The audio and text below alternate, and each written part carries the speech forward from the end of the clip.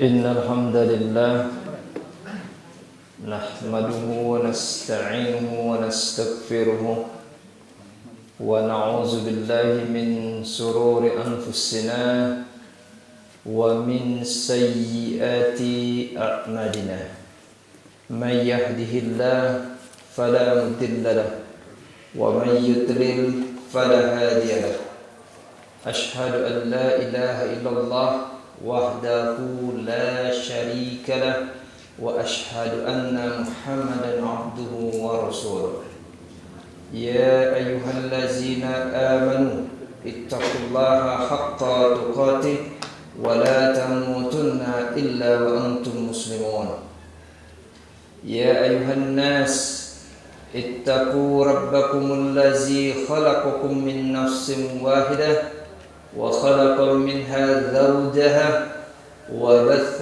منهما رجالا كثيرا ونساء واتقوا الله الذي تساءلون به والأرحام إن الله كان عليكم رقيبا يا أيها الذين آمنوا اتقوا الله وقولوا قولا سديدا يصلح لكم أعمالكم ويغفر لكم ذنوبكم ومن يطع الله ورسوله فقد فاز فوزا عظيما أما بعد فإن أصدق الحديث كتاب الله وخير الهدي هدي محمد صلى الله عليه وسلم. Saudara-saudara yang dimuliakan Allah Subhanahu wa taala, kita lanjutkan kembali kajian kita. Pada pertemuan yang lalu kita sudah sampaikan bahwa tugas manusia itu ada dua. Yang pertama, memerintahkan dan melarang orang lain agar mereka senantiasa berada di jalan Allah Subhanahu wa taala. Itu tugas yang pertama.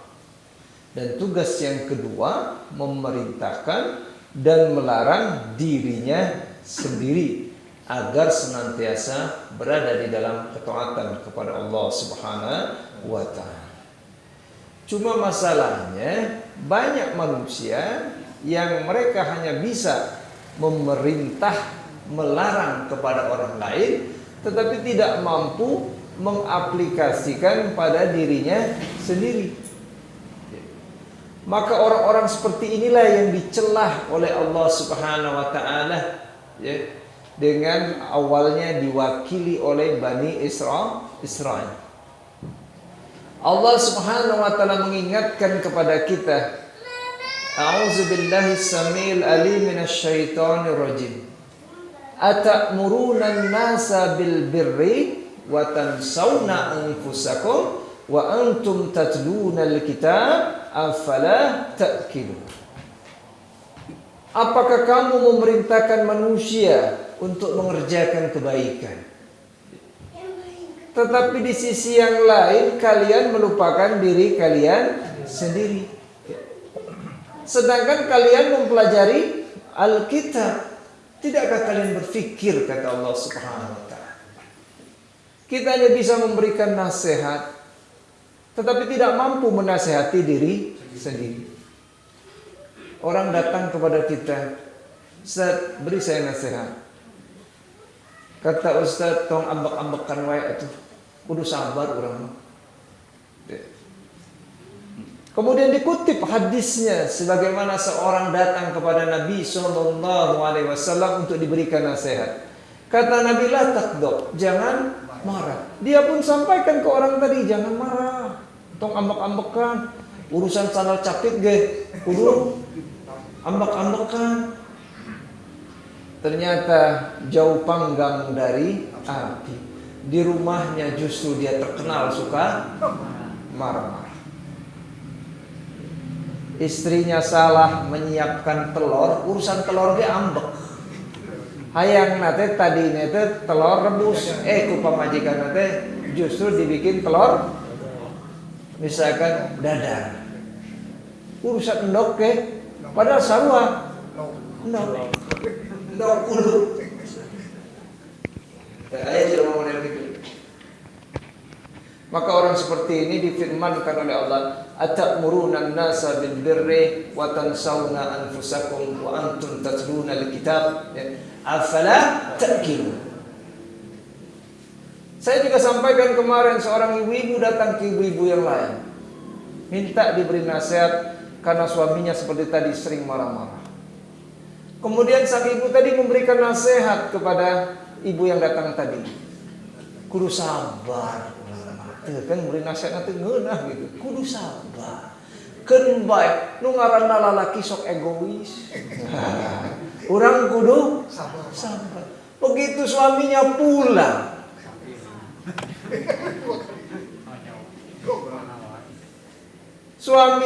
pulang, kemudian karena lapar sedikit emosi. Suaranya agak tinggi di hadapan istrinya. Mana samu teh? Kemudian istrinya apa bilang? Aing maneh tuh, kok cenah kudu. Tang ibu-ibu belajar boxer. Maka disitulah firman Allah, "Atamuruna an-nasa bil birri wa tansawna anfusakum wa antum tatluna al-kitab, afala ta'qilun."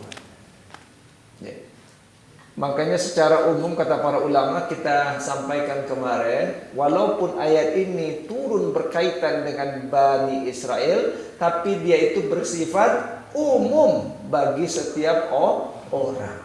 Karena Quran itu turun untuk siapa, Bu? Jadi kalau ada orang mengatakan, iya ayat ke Bani Israel, iya ayat mah ke orang kafir, iya ayat ke Firaun, iya ayat ke orang mana itu turunnya?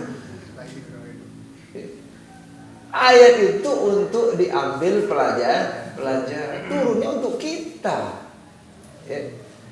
Maka kata para ulama tafsir, walaupun ayat ini sebab turunnya untuk Bani Israel, tapi umum, berlaku bagi setiap orang yang hanya bisa mengajak, memerintah, melarang, tetapi di sisi yang lain dia tidak mampu mengajak, melarang dirinya sendiri.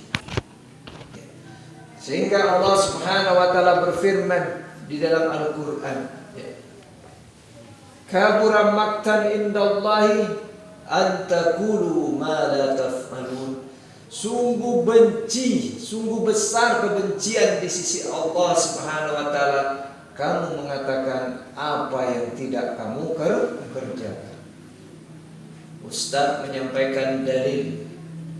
Apa dalilnya? Amalan yang paling disukai Allah, sholat pada waktunya, on time, on schedule, pakai bahasa Inggris ini.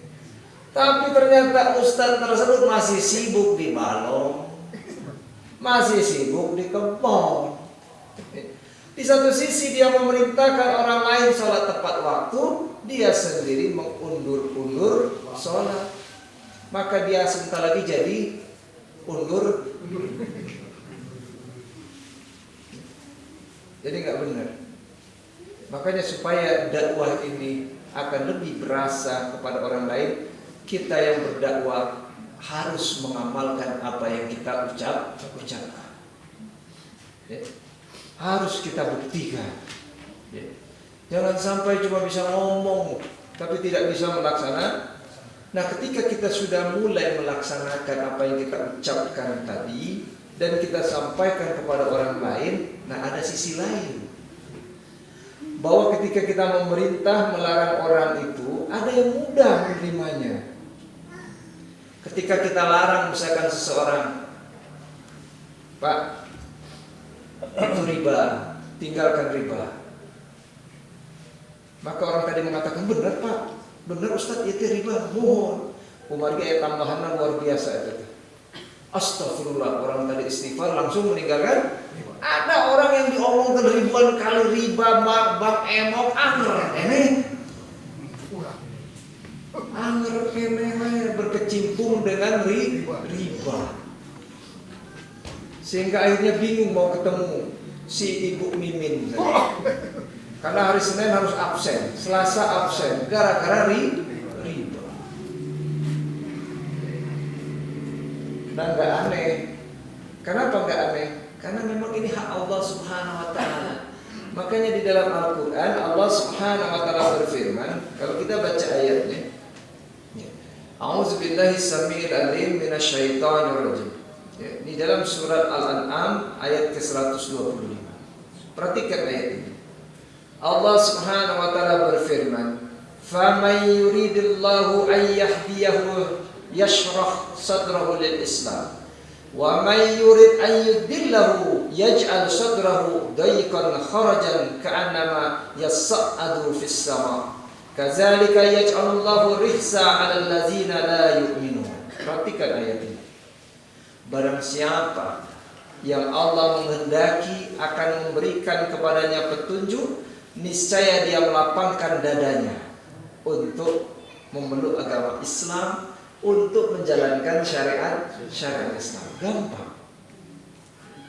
Itu engap dada. Ayo orang masuk engap. Mana contohnya? Ayo Pak Deddy ke pengawasan. Engap dada. Kemana? Pengawasan. Langsung setan datang memberikan 1000 alasan. Apa alasannya? Macam-macam. Domba candi mandian. Kayak sarang. Aneh. Ngadadak engap dadah urusan diajak ke pengawasan. Tapi kalau diajak maksiat misalkan, apa maksiatnya misalkan? Ayat proyek misalkan yang hubungannya dengan maksiat misalkan, langsung lapang dadanya. Siap, samina. Ayo jelema model gitu.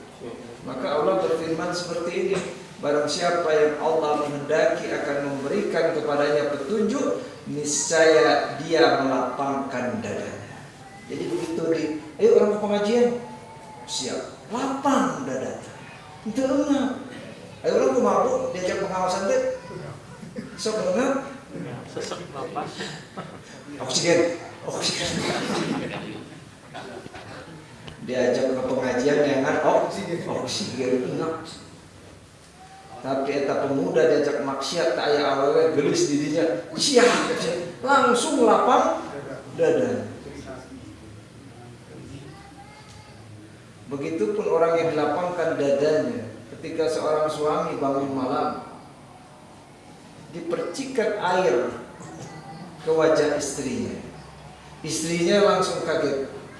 Kemudian apa kata suaminya? Mah, sholat malam. Kalau dadanya lapang, kumaha? Langsung merejat, siap, ambil wudu sholat. Tapi kalau dadanya sempit, begitu di banjur kucai kumaha? Ai si bapak, itu sempit dadanya. Nah, tinggal kita ceklah diri kita sendiri, dada kita sendiri, dada kita ini sempit atau lapang sih kalau urusan agama segitu ya. Cek aja sorangan, loba sempitnya atau loba lapang. Kita ini banyak sempitnya kayaknya. Mari kita baca tafsir ayat ini. Jadi sistematika tafsirnya kita akan lihat bagaimana penjelasan Nabi SAW tentang ayat ini. Jadi kalau kita menafsirkan ayat yang pertama, Quran ditafsirkan dengan Al-Quran. Kalau nggak ketemu Quran dengan Quran, kita beralih kedua, Quran ditafsirkan dengan hadis Nabi. Kenapa harus ditafsirkan dengan hadis Nabi? Karena memang Al-Quran itu turun ke Nabi, ke Muhammad, dan wajar untuk diambil penjelasannya datangnya dari Nabi Sallallahu Alaihi Wasallam. Kita baca hadisnya. Qala Abdul Razak akhbaruna As-Sawri an Amr ibn Qaisin an Amr ibn Muratah an Abi Ja'farin qala. Abdul Razak mengatakan telah menceritakan kepada kami As-Sawri dari Amr ibn Qais, dari Amr ibn Murrah, dari Abu Ja'far yang mengatakan, Su'ilan Nabi sallallahu alaihi wasallam. Jadi Nabi sallallahu alaihi wasallam itu pernah ditanya, Ayul mu'minina a'yasu. Perhatikan ini. Orang beriman manakah yang cerdas akalnya? Kalau menurut kita yang mana yang cerdas akalnya? Qala, kemudian Nabi SAW bersabda, aktsaruhum zikran lil mauti. Perhatikan Bapak Ibu yang dimuliakan Allah Subhanahu wa taala, hadis ini ya. Ini penting untuk mengukur kecerdasan kita. Jadi sekarang kita lagi belajar mengukur sebenarnya kita ini cerdas enggak? Wah, cerdas, Ustaz. IQ saya mah di atas rata-rata. Coba IQ mana? 275. Kumaha ukurna? Kamari ku budak detik mengukur oke. Islam mengatakan orang yang cerdas itu kata Nabi qala aktsaruhum zikran lil mauti. Orang yang paling banyak mengingat kematian. Eta jelema cerdas. Orang mati cerdas. Kalau ada orang mati kita menganggap orang lain yang mati kita masih lah. Makanya kita harus mengingat. Makanya Nabi mengajarkan kepada kita salah satu tips supaya kita sholat khusyuk, kita menganggap mungkin ini sholat yang paling akhir. Mungkin ini pengajian yang paling akhir.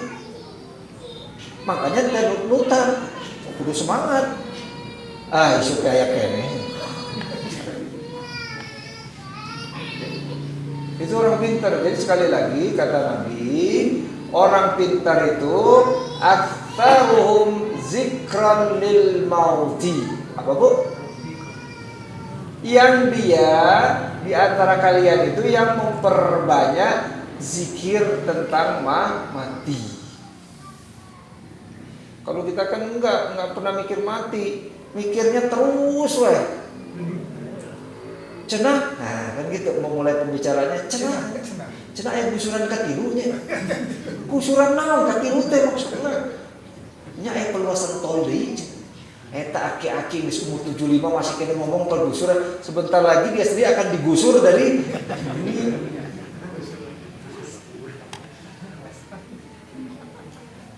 Masya Allah yang dia pikirkan dunia. Padahal ketika orang yang memperbanyak zikrul maut, hatinya jadi lembut.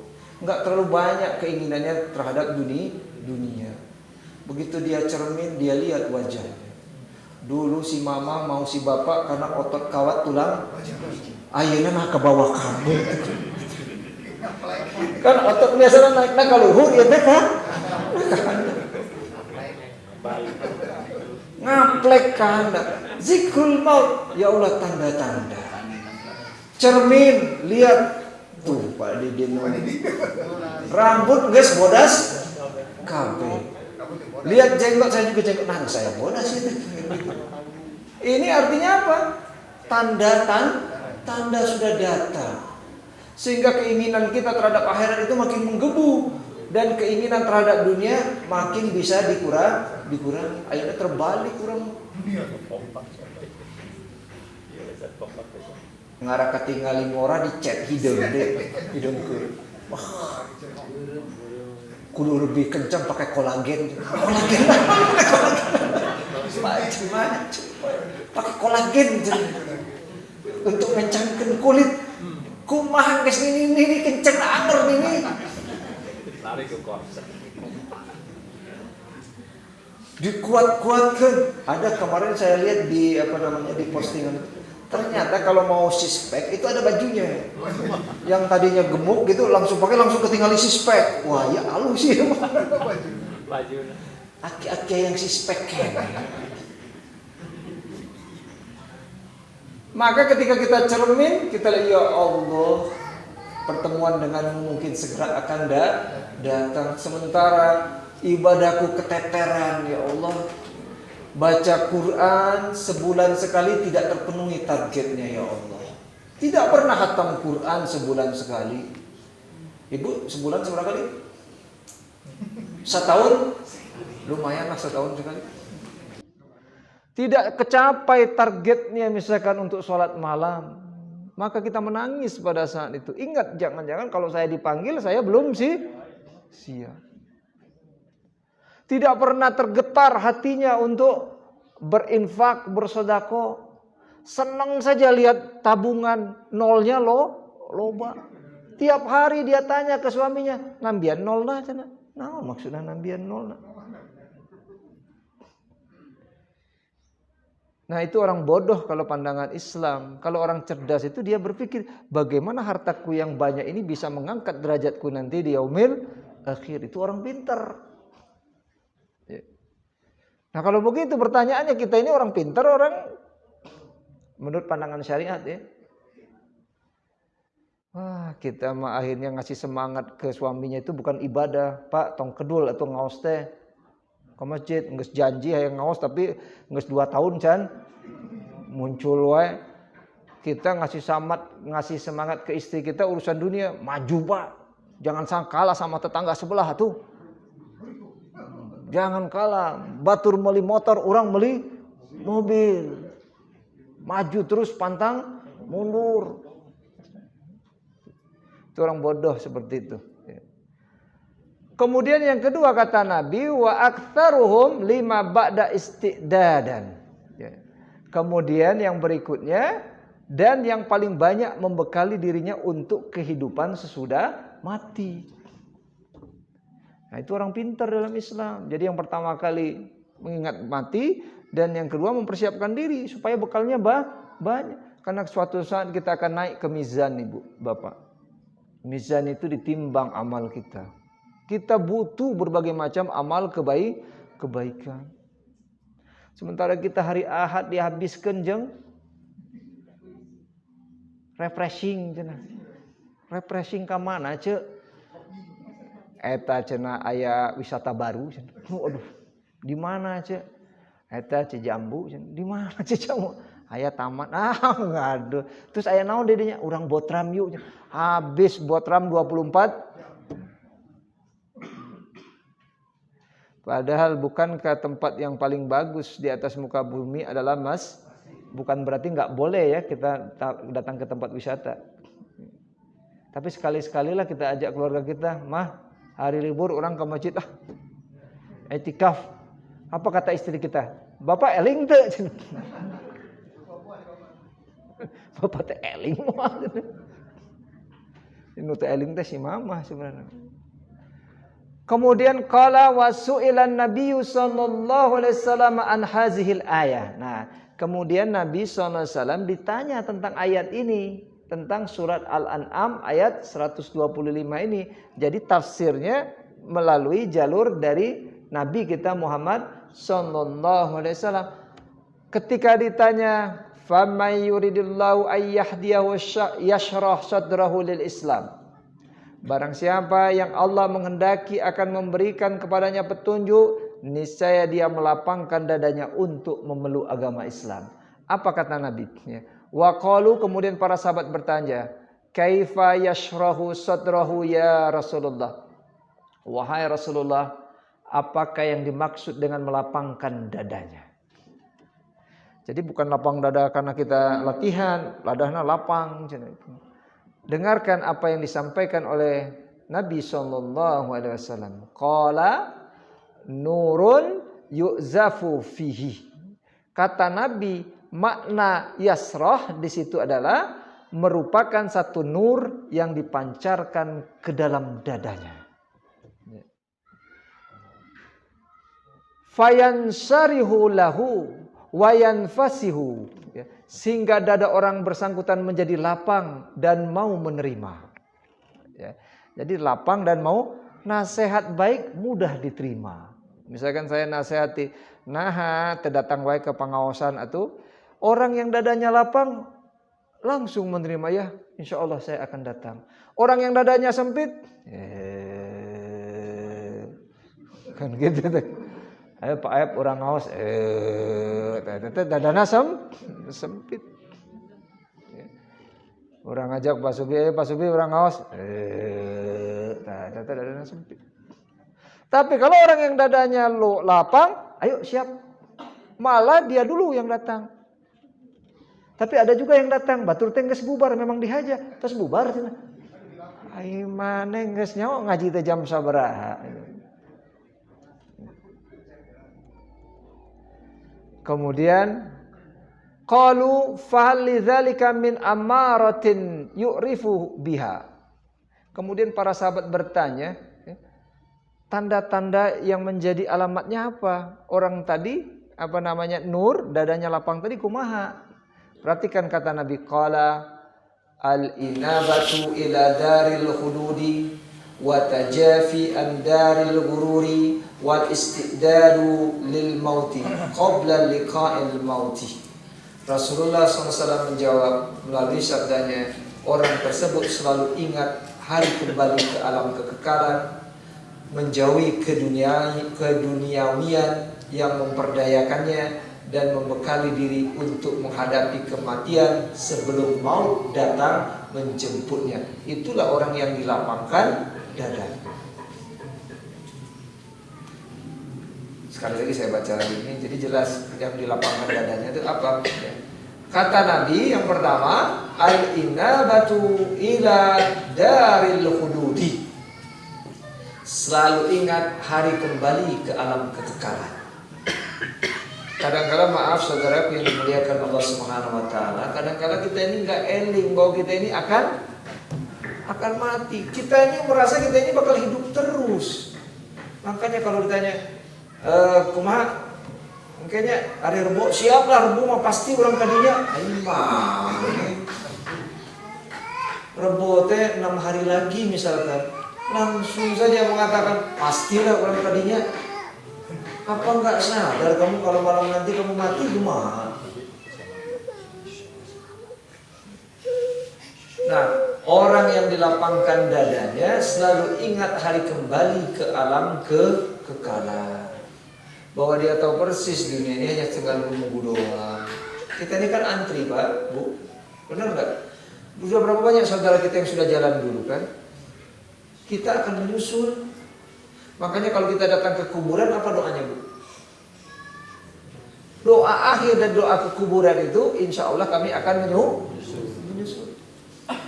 Siapa yang mau nyusul dulu? Tunggal emang. Artinya apa?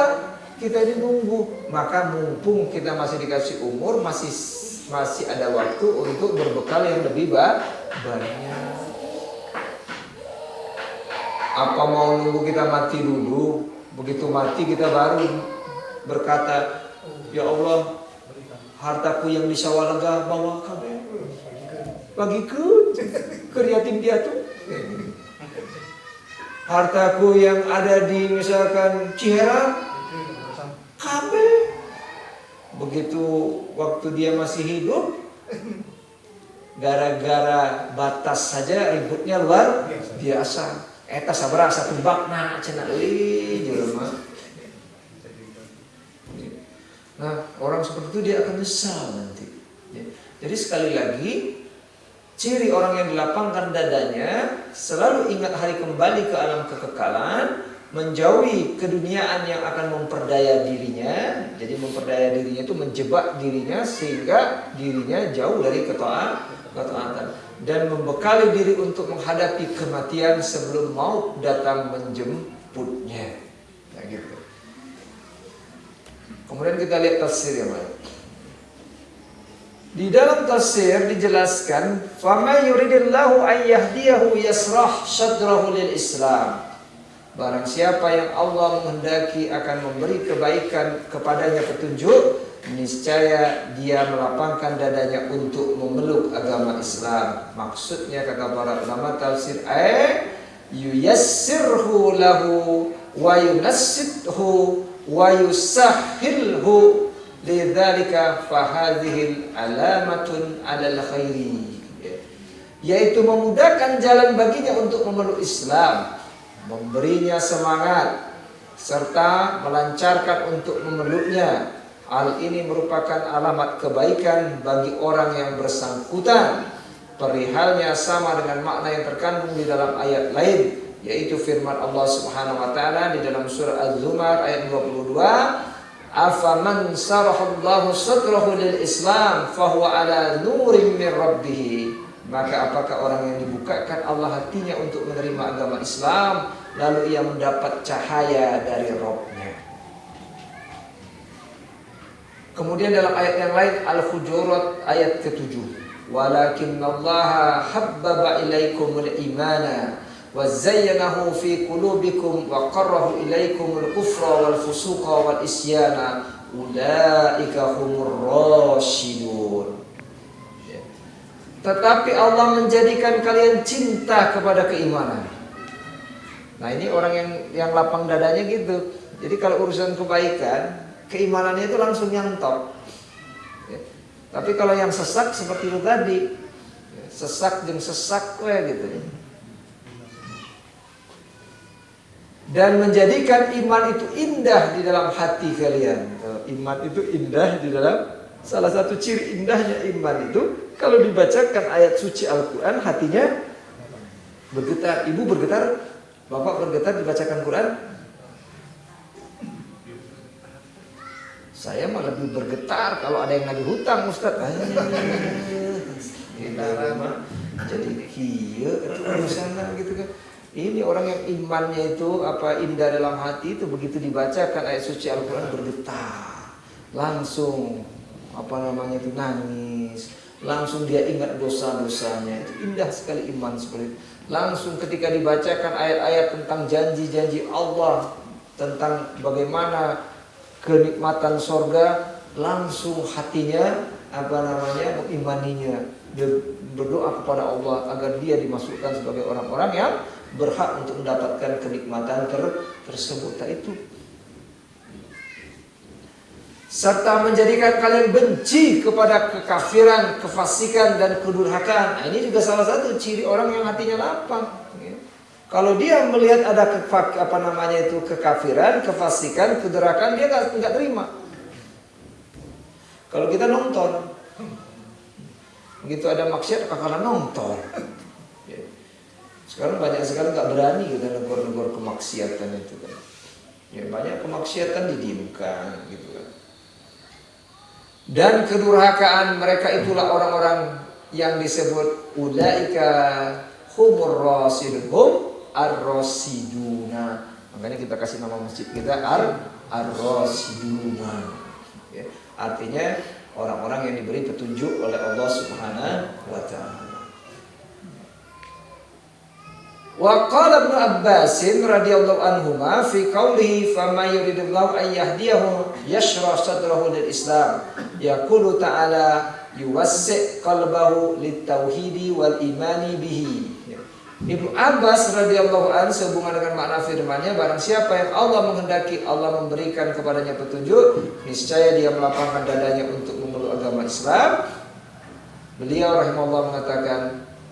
radhiyallahu anhu mengatakan bahwa Allah melapangkan dadanya kepada ajaran tauhid dan iman. Maka orang yang lapang dadanya itu dia anti kesyirikan. Itu lapang dadanya. Kalau orang yang lapang dadanya begitu jalan kadek Pak di dia aya nu ngagegeuh, orang yang diberikan ke tauhid yang kuat saha nu ngagegeuh. Dia yakin tidak ada yang bisa memberikan manfaat dan mudarat kecuali izin Allah Subhanahu wa taala. Langsung dia hanya berdoa, membaca doa auzu bikalimatillahi tamma min, masuk langsung ke gunung, selesai. Dia mau masuk ke gunung, nah ini muringkak. Kita sempit dadana jemaah model gitu mah. Ya sempit. Ya. Ini mau misalkan ada saudara kita yang senang berburu misalkan, mau masuk gunung bacaan alo bateuing, anu ngageugeul digirang di kidul, ya gogok tong diganggu sinana. Langsung bismillah auzubi kalimatillahi tamma min syarri ma khalaq. Dan kalau berburu itu bawa anjing yang terlatih. Ulah anjing memakan kambing batur itu bisa nempok mana nu.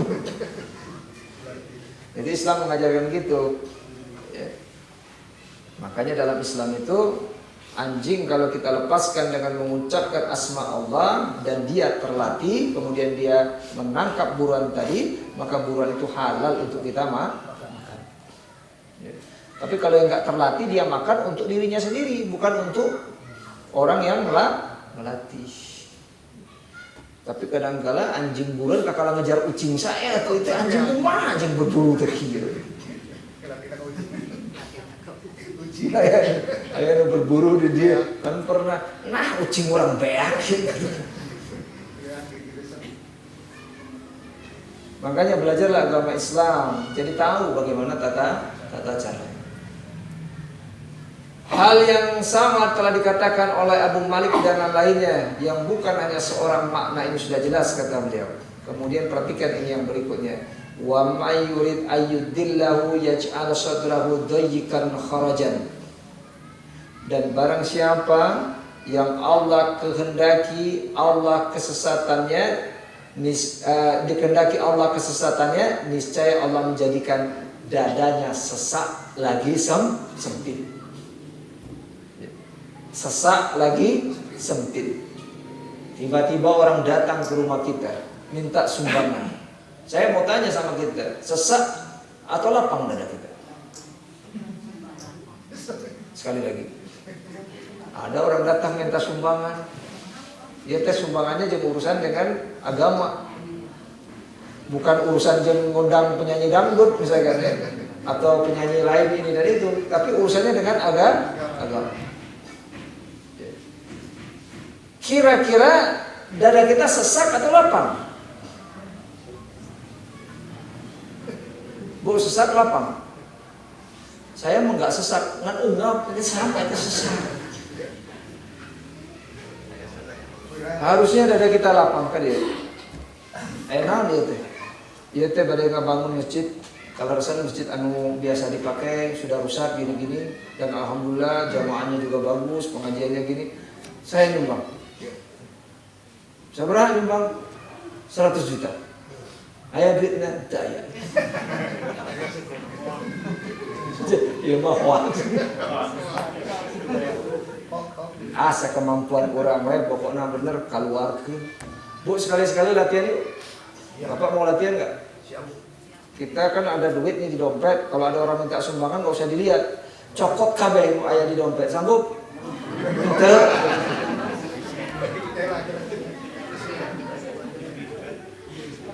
Dan sanggup gitu. Saya dulu kan waktu masih muda gitu ya waktu masih SMA lah, mau latihan maksudnya itu. Kebetulan ada orang yang minta sumbangan. Pokoknya saya akan tutup mata saya ambil saja uang yang di dompet saya. Pada saat itu yang diambil kan kalau dulu kan 10.000 itu besar yang warna ungu, keluar yang warna ungu, masuk gede.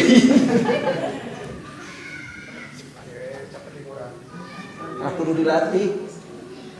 Harus dilah. Orang yang diberi tadi oleh Allah dadanya lapang, nggak peduli, dia tetap bawa kabar.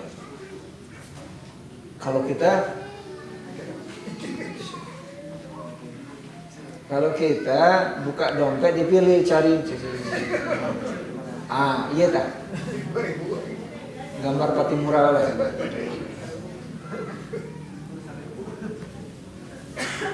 Masya Allah, pokoknya mah bener sekali-sekali gitu kan. Kemudian kata para ulama, lafaz daikan ada yang membacanya daikan tanpa tasydid, jadi dengan huruf ya yang disukunkan. Tetapi kebanyakan ulama ahli qiraat membacanya daikan.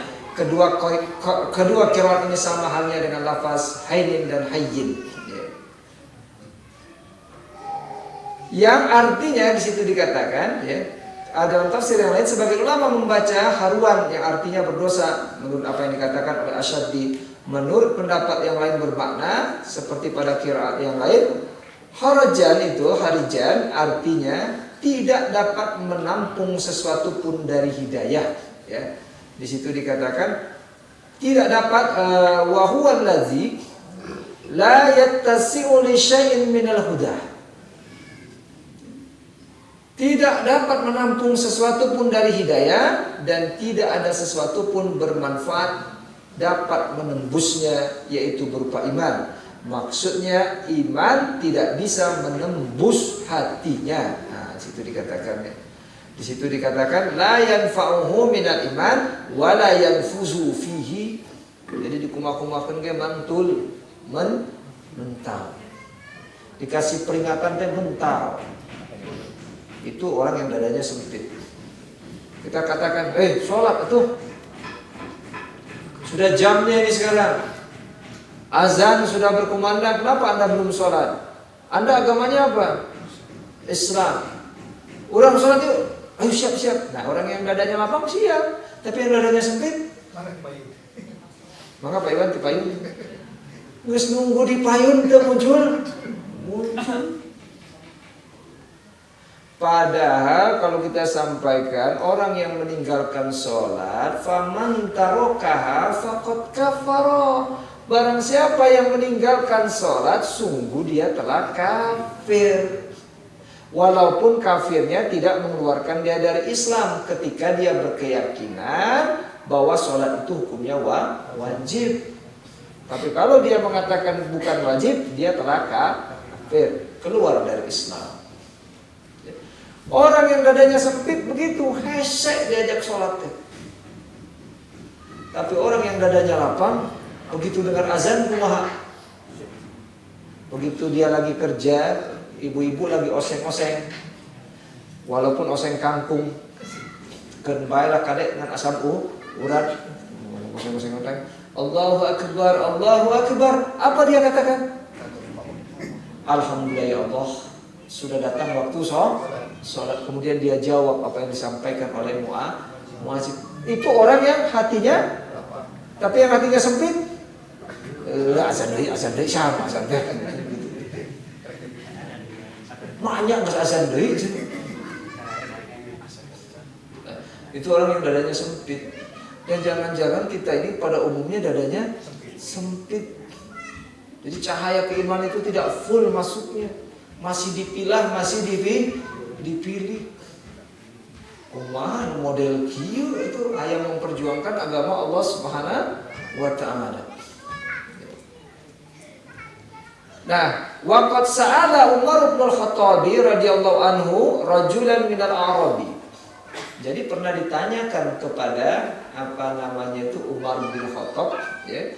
Jadi ada seorang laki-laki Arab, ya. Ini minal akhlil badiyah, dari orang Badui. Dia tanya ke Umar bin Khattab, ya. Apa sih yang disebut tentang anil harijati? Harijah itu apa? Kemudian laki-laki Badui tadi mengatakan hiya syajaratu takunu bainal asjari. Kata laki-laki Badui tadi, ia adalah sejenis pohon yang terletak di antara pepohonan yang lain. La tasiru ilahi ra'iyatun wala wahsiyatun wala syai'un. Kemudian orang Arab tadi, laki-laki Badui tadi mengatakan, tetapi ia sulit dicapai oleh ternak gembala. Sulit pula dicapai oleh hewan liar. Dengan kata lain, tidak sesuatu pun yang dapat mencapainya. Kemudian apa kata Umar bin Khattab? Faqala Umar radhiyallahu anhu, kadzalika qalbul munafiqi la yasilu ilaihi syai'un minal khairi. Beliau radhiyallahu an berkata, demikian pula kalbu orang-orang munafik, tiada satupun kebaikan yang dapat mencapai menembus hatinya. Itu orang munafik. Kemudian Al-Aufi meriwayatkan dari Ibnu Abbas bahwa Allah menjadikan Islam sebagai hal yang sempit untuknya. Jadi kalau yang berbau agama itu sempit, sudah diajak bolak-balik, ayo orang sholat Jumat, ayo orang Jumat, hesek diajak tuh, sempit dadanya. Dan kita juga tidak menyalahkan, karena itu hak prerogatif Allah. Kalau Allah ingin menyempitkan, ya sempitlah dadanya. Tapi kalau Allah menginginkan dia luas, begitu kita ajak kadanya Jumat esok siap, malah dia di saf yang pertama. Kalau kita siap tapi muncul. bahwa Allah menjadikan Islam sebagai hal yang sempit. Kata Imam qala al-Aufi an Ibnu Abbas yaj'alullahu alaihi al-islama dayyiqan wal islamu wasi'un wa zalika hina yaqulu ma ja'ala alaikum fid dini min kharaj. Bahwa Allah menjadikan Islam sebagai hal yang sempit untuknya, padahal Islam itu luas, sebagai yang diungkapkan dalam firman-Nya, wa ma ja'ala alaikum fid dini min haraj. Dan dia Allah sekali-kali tidak menjadikan untuk kalian dalam agama satu kesempitan. Mujahid dan Asadi mengatakan sehubungan makna firman-Nya sesat dan sempit, yaitu sakkan, yaitu itu sakit, kemudian juga ada keraguan dan macam-macam. Sempit dadanya itu. Enggak yakin. Yakin nggak Anda kalau Anda misalkan bangun tidur sebelum subuh, kemudian Anda sholat subuh, sholat 2 rakaat sebelum subuh itu dunia dan yakin tidak? Dan kalau sudah sholat jangan tidur lagi, karena kalau kita tidur lagi kita tidak dapat bagian doa dari Nabi Sallallahu Alaihi Wasallam. Orang yang setelah sholat subuh tidur lagi, dia sudah kalah start. Karena Nabi SAW bersabda, Allahumma barik li umati fi bukuriha. Ya Allah, berikan keberkahan pada umatku pada waktu subuh. Subuh itu waktu barokah. Ya salah jauh. Ayo gitu Bu. Kalau saya Ustaz udah gak bisa tidur, kuma maksudnya insomnia, apa namanya itu? Susah tidur. Maaf, saya sering ngobrol dengan bapak-bapak. Kalau udah umur ini katanya susah tidur, Ustaz. Ayah tidur jam 12, ayah tidur jam 1. Kalau bapak yang jam berapa? Saya anggap masih jam 7. Berarti kita sholat isya.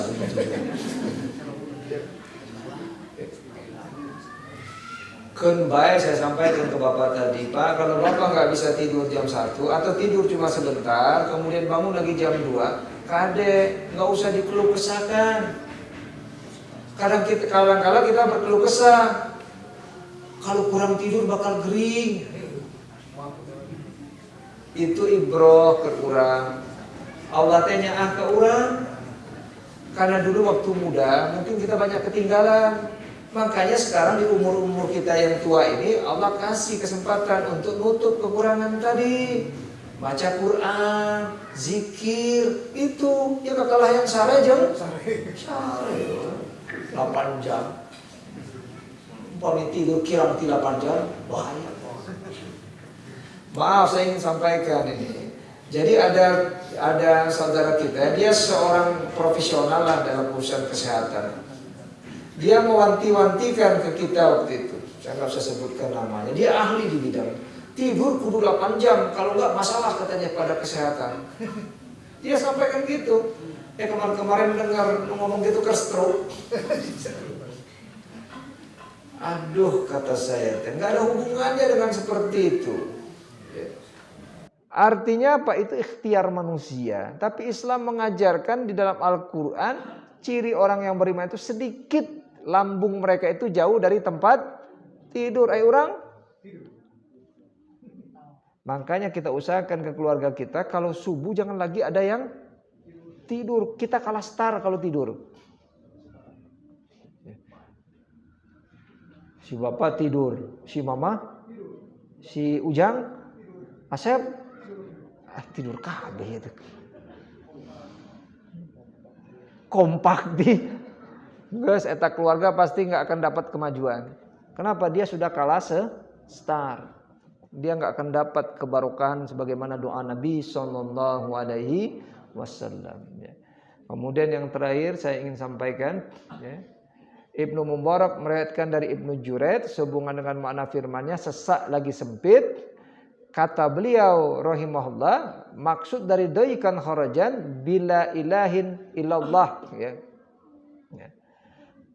hatta la yastati'u an tadkhula qalbahu ka'annama yas'adu fis sama' min siddati zalika alaihi. Tidak ada Tuhan selain Allah, kalimat ini tidak dapat masuk ke dalam kolbunya, seakan-akan bagaikan orang yang naik ke langit karena sulit hal itu baginya. Jadi kita mohon kepada Allah Subhanahu wa taala untuk melapangkan dada kita. Kita berdoa kepada Allah.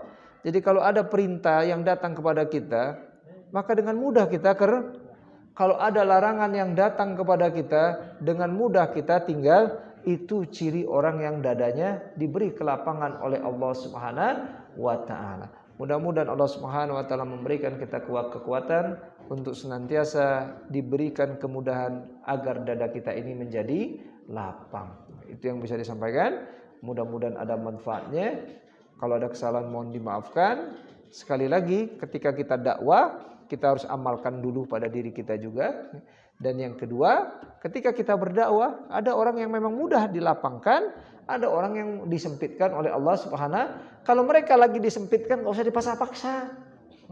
Bakal piomongin.